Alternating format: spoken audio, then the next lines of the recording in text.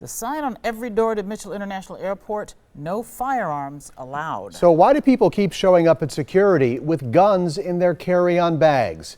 This will get you in deep trouble with the TSA, and it can cost more than $12,000 in federal fines. But the I-team found Milwaukee County is letting some offenders walk with the equivalent of a traffic ticket. Tens of thousands of times a year, people walk through the checkpoints at Milwaukee Mitchell Airport and set off 0 red flags. Then there are the days the place comes to a standstill. So one person's mistake. Cascading event. Mark Lendvay's in charge of the TSA in Milwaukee. He's seen his share of travelers who've managed to gum up the works. We've got to shut the lane down. I've got to notify local law enforcement. Milwaukee County Sheriff's deputies have to respond. In the last 4 years, Milwaukee's TSA has caught countless knives and other weapons in people's bags. But it's the guns that really set off alarms. From 2015 through 2018, guns, many of them loaded, made it into a Mitchell Airport checkpoint 45 times. Aviation security expert Jeff Price says those numbers just don't make sense. People should know this by now. Milwaukee's problem is part of a nationwide trend. Last year, a record number of guns were caught in people's carry-on bags. 4,239 of them. That's up 7% from the year before.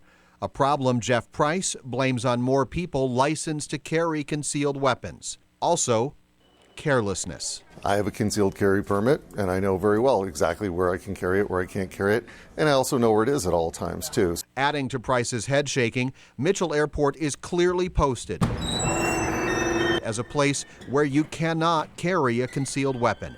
You'll pass no fewer than 2 signs on your way inside. Are there more opportunities to educate people than the 2 signs you see? Could we do more in terms of the public outreach and communications? Certainly.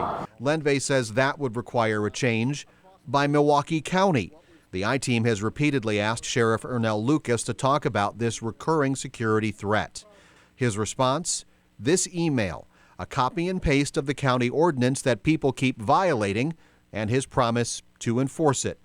A strategy that has not stopped the problem. In the first 3 months of Lucas's tenure, since January, it's already happened 3 more times. The county ordinance Sheriff Lucas's spokesperson sent us shows they will face a fine of no more than $500. That penalty needs to go up. That's just ridiculous. Jeff Price thinks $500 is not enough to change people's behavior, and County Supervisor Jason Haas says it might be time to do more. Would there be room in your mind to stiffen the penalties on the county side? We could look at increasing the amount of the fine. I think that's about the limit of the power on the county's level, is to increase the amount of the fine. The alternative, according to Jeff Price, is people continuing to break the law and test the system. They'll try it anyway and just pay the fine if they get caught, and if not, okay, then they've managed to carry their weapon on a plane. Penalties are much different if you do not have a concealed carry permit. You will likely wind up in handcuffs. For comparison, Chicago police handle this a lot differently than Milwaukee's sheriff. They'll arrest anybody who tries to bring a gun through security at O'Hare or Midway, concealed carry permit or not.